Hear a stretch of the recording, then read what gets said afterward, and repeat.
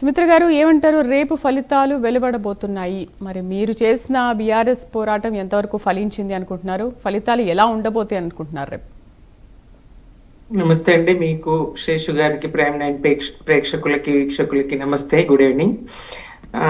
మా ప్రయత్నం మేము చేస్తామండి. తప్పకుండా ఈ ఎన్నికల్లో ఫలితాల కోసం కాంగ్రెస్ చేస్తున్నటువంటి అసమర్థ పాలనలో వైఫల్యాలని ప్రజలకి చేరవేయడంలో మేము కొంతమేరకు సక్సెస్ అయినాం.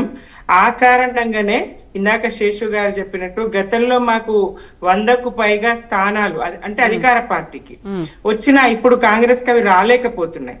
ఏదో మేకపోతు గాంభీర్యం ఆయన పిసిసి ప్రెసిడెంట్ మహేష్ కుమార్ గౌడ్ 90% మావే అంటున్నారు, కానీ 90% వచ్చే అవకాశం లేదు. బీఆర్ఎస్ కూడా గట్టి పోటీ, బలమైన పోటీ ఇచ్చింది.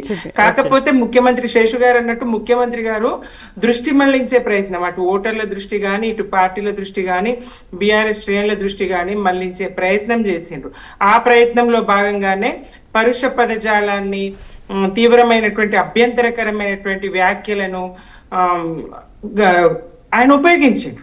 ఆయన కేసీఆర్ గారిని ఉద్దేశించి చాలా పరుష పదజాలం ఉపయోగించి కొంచెం ఉద్యమకారులకు కానీ, బీఆర్ఎస్ శ్రేణులకు కానీ దృష్టి మళ్లించే ప్రయత్నం చేసిండ్రు. అయినప్పటికీ మరి మా పార్టీ అగ్రనేతలు కేటీఆర్ గారు కానీ, హరీష్ రావు గారు కానీ మెరుపు వేగంతో సుడిగాలి పర్యటనలు చేసి ఇది మున్సిపాలిటీలో ప్రచారం చేయడం జరిగింది. ఆయా మున్సిపాలిటీలోకి వెళ్ళినప్పుడు అద్భుతమైనటువంటి స్పందన కనిపించింది. ఇటు కామారెడ్డి జిల్లాకు వచ్చినప్పుడు బాన్స్వాడలో, అక్కడ పోచారం శ్రీనివాసరెడ్డి గారి నియోజకవర్గం బాన్స్వాడలో కానీ, పక్కన బిచ్కుందాలో కానీ, ఎల్లారెడ్డిలో కానీ ప్రతి చోట ప్రజలు బీఆర్ఎస్ కి అయితే బ్రహ్మరథం పట్టిండ్రు. కాకపోతే ఏదైతే జూబ్లీహిల్స్ ఎన్నికల్లో ఎలాంటి ప్రచారం చేసిండ్రో మళ్ళీ అలాంటి ప్రచారమే అధికార పార్టీ కొనసాగించింది.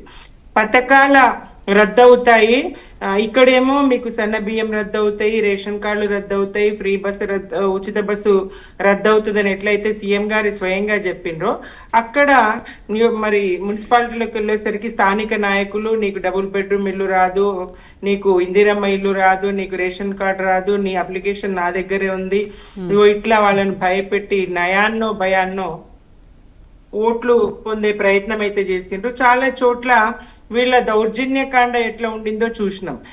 ఏ స్థాయికి బెదిరింపులకు తెగబడ్డారు, ఏ స్థాయిలో మరి సిబ్బంది మీద, పోలింగ్ సిబ్బంది మీద కానీ, అటు పోలీసుల మీద కానీ దాదాపుగా దాడి చేసే పరిస్థితి అక్కడ కనిపించింది. అధికార కాంగ్రెస్ పూర్తిగా అధికార దుర్వినియోగానికి సుమిత్ర గారు, అంటే మీరేంటి ఇప్పుడు మీరు ప్రచార హోరులో దిగినప్పుడు మీకు లభించిన ఆదరణ అండ్ కేసీఆర్ని కించపరుస్తూ మాట్లాడారు కాంగ్రెస్ నేతలని అంటున్నారు. అంటే మీ ఈ ఆదరణ, కించపరుస్తూ మాట్లాడిన మాటలు, ఇచ్చిన హామీలు నెరవేర్చలేదు అన్న విమర్శలు, ఈ నేపథ్యంలోనే మీకు ఎక్కువగా ఓట్లు వస్తాయి, మీకే పట్టం కడతారు అని అనుకుంటున్నారా?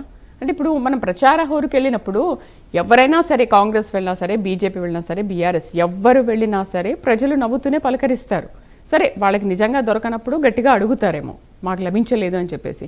మీరు అధికారంలో లేకపోయినప్పటికీ కూడా మీకు ఆ కాన్ఫిడెన్స్ ఏంటి, వస్తాము అన్న నమ్మకం ఏంటి? ఖచ్చితంగా ఒకే నమ్మకం అండి.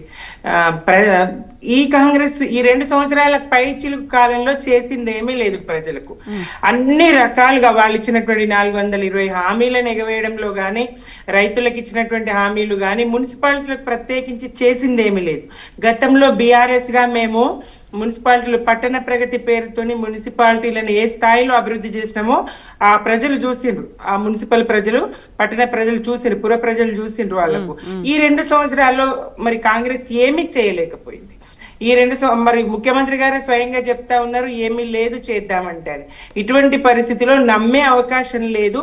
అయినప్పటికీ అక్కడ ప్రజలు కొద్దో గొప్ప వీళ్ళు భయపెట్టో బెదిరించో ఓట్లు వేయించుకునేది. కానీ గతంలో అధికార పార్టీలకు, మేము అధికారంలో ఉన్నప్పుడు మాకు వచ్చిన స్థాయి ఏదైతే అధికార పార్టీలు ఉంటే ఆ స్థాయిలో అయితే ఇప్పుడు కాంగ్రెస్ కు రావు. మొన్నటి పంచాయతీ ఎన్నికల్లో చూసినా అదే ఫలితాలు, కొద్ది శాతాన్ని చూసి వాళ్ళు మురిసిపోవడం ఇప్పుడు కూడా.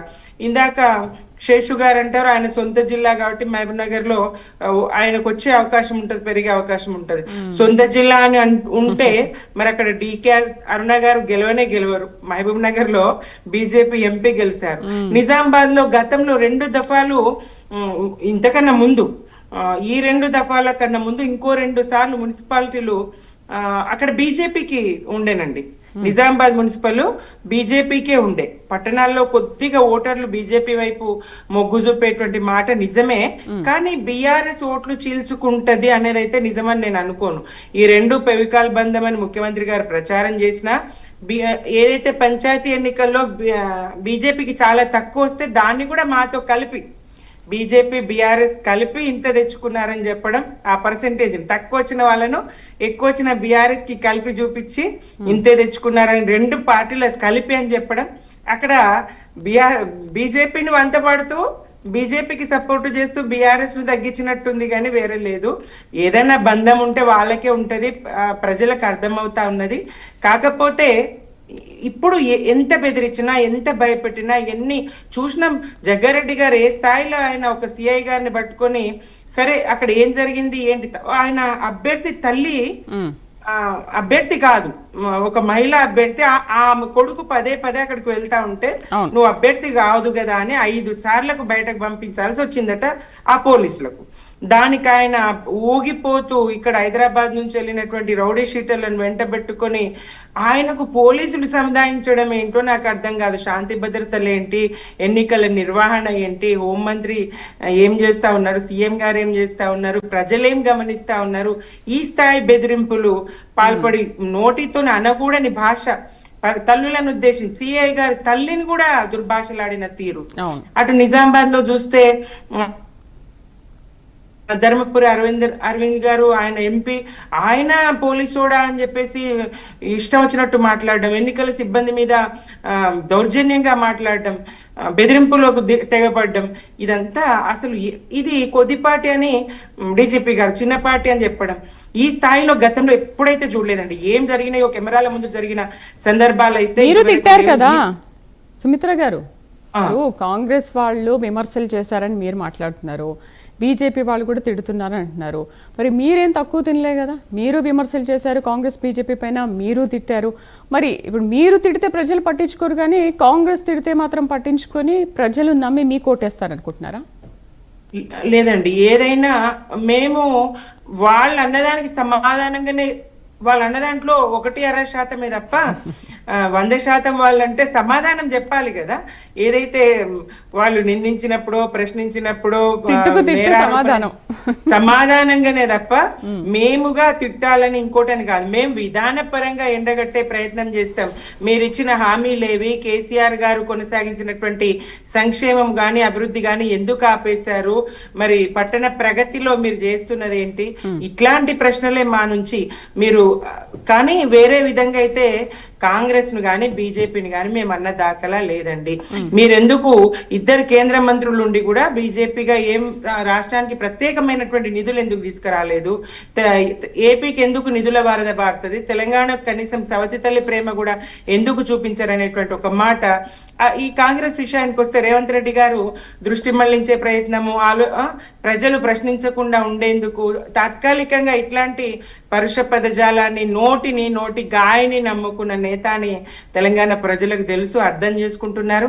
ఎన్ని రకాలుగా ఇచ్చినవి వాపసీమని, అశ్వరావుపేటలో చూస్తే ఇచ్చినవి వాపసీమని వాళ్ళందరూ బజార్లో వేసి, ఇప్పుడే మేము గెలుపోవటం నిర్ధారణ కాకముందే మీరు ఇచ్చి ఎందుకు తిరిగి ఇవ్వమంటున్నారని ఆ కుక్కర్లు తెచ్చి రోడ్డు మీద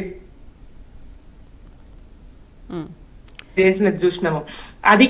ఇంకోటి ఈ సందర్భంగా ఎప్పుడు గతంలో కని విని ఎరగని స్థాయిలో స్వయంగా ముఖ్యమంత్రి గారే ప్రభుత్వ నిధులతోని, ప్రభుత్వ కార్యక్రమం పేరుతోని పార్టీ ప్రచారం చేసుకోవడం, ప్రతి జిల్లాలన్నీ కూడా తిరిగి ఆయన ఓటేయమని డైరెక్ట్ గా అదే వేదికల మీద అడగడం, తాము ఏం చేసినామో చెప్తూ మరి బీఆర్ఎస్ మీద అనేక నిందలు మోపుతూ బీఆర్ఎస్ ను దుమ్మెత్తి పోస్తూ ఆయన ఓట్లడిన తీరు ప్రజలందరూ గమనించారు. బలవంతంగా వాళ్ళని మహిళలను తెచ్చి కూర్చోబెట్టిండ్రు.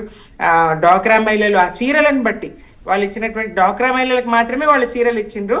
అక్కడ కూర్చున్నది వాళ్ళు మాత్రమే కాబట్టి కేవలం డ్వాక్రా మహిళల్ని వాళ్ళు పిలుచుకొచ్చి బలవంతంగా కూర్చోబెట్టి సభలు చేసి మీడియా ద్వారా ప్రచారం చేసుకోవాలనుకున్నారు, చేసిండ్రు. మరి 90% అనేది అయితే ఉత్త గాలి మాటలే. ఏ రకంగా కూడా ఇంకా 100% అనుకోని ఏం పోయింది, గతంలో బీఆర్ఎస్ కి వచ్చినాయి ఇప్పుడు మాకు కూడా వస్తాయని కలలుగా అంటున్నారేమో. కలలు అయితే పగటి కలలే. వాళ్ళ బెదిరింపులు, హెచ్చరికలు, నయాన్నో భయాన్నో ఏ రకంగా సిబ్బందిని లొంగ తీసుకోవాలని చూసినా, ఏం చేయాలని చూసినా బీఆర్ఎస్ గా మా శాతం మాకుంటది. తప్పకుండా మేము మంచి ఫలితాలని రాబట్టుకుంటాం అనేటువంటి ఆశ అయితే మాకుంది.